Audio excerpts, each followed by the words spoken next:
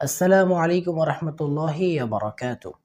আজকের ভিডিওর মধ্যে ডায়াবেটিক্স রোগীদের রোজা অবস্থায় ইনসুলিন নেওয়ার বিধান বা পদ্ধতি সম্পর্কে আলোচনা করব ইনশাআল্লাহ।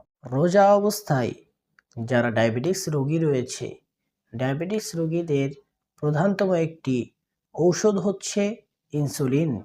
ইনসুলিন গ্রহণ করা। সুতরাং ডায়াবেটিক্স রোগীরা রোজা অবস্থায় কিভাবে ইনসুলিন নিবে? ইনসুলিন কিন্তু দুইভাবে হয়ে থাকে। দুইটা প্রকার রয়েছে ইনসুলিনের। একটা হচ্ছে ইনজেকশন, যেটা চামড়ার ভিতরে দেওয়া হয়, আর একটা হচ্ছে পেন, যেটা মাংসের ভিতরে দেওয়া হয়। সুতরাং দুইটার হুকুমই আজকের ভিডিওর মধ্যে আমরা জানবো।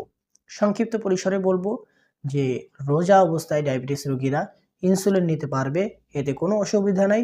রোজার কোনো ক্ষতি হবে না, রোজা হয়ে যাবে তাদের। চাই সেই ইনসুলিনটা ইনজেকশন হোক চামড়ার ভিতরে, অথবা পেন হোক গোশতের ভিতরে বা মাংসের ভিতরে, দুইটা ইনসুলিন রোজা অবস্থায় নেওয়া বৈধ রয়েছে। এতে রোজার কোনো ক্ষতি হবে না। আল্লাহ তাআলা আমাদেরকে সঠিকভাবে বুঝে তার উপরে আমল করার তৌফিক দান করেন।